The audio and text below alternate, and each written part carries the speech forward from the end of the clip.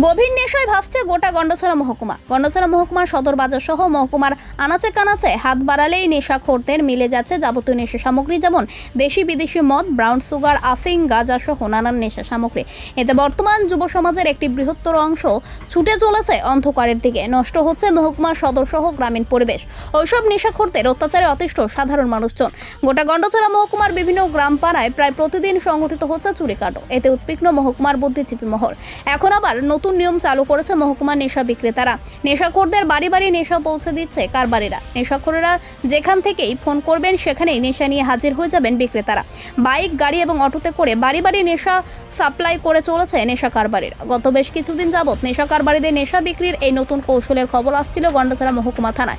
গন্ডাছড়া মহকুমা থানায় আসা লাগাতার অভিযোগগুলির সত্যতা পেয়ে মাঠে নামে গন্ডাছড়া মহকুমা থানার পুলিশ। গত বেশ কয়েকদিন যাবৎ গন্ডাছড়া মহকুমার বিভিন্ন রাস্তার মোড়ে মোড়ে দাঁড়িয়ে ছোট বড় যানগুলিতে ব্যাপকভাবে তল্লাশি অভিযান শুরু করেছে। শনিবারও সাত সকাল থেকে গন্ডাছড়া মহকুমার বিভিন্ন রাস্তায় ছোট বড় যানগুলিতে তল্লাশি অভিযান চালায় গন্ডাছড়া মহকুমা থানার পুলিশ। গত কয়েকদিনের লাগাতার যান তল্লাশির ফলে কিছুটা হলেও কোণঠাসা হয়ে পড়েছে নেশাখোর এবং নেশা বিক্রেতারা। গন্ডাছড়া মহকুমার সাধারণ মানুষজন চায় বর্তমানে প্রজন্মকে রক্ষা করতে এভাবেই বলিষ্ঠ পদক্ষেপ গ্রহণ করুন আরক্ষা কর্মীরা।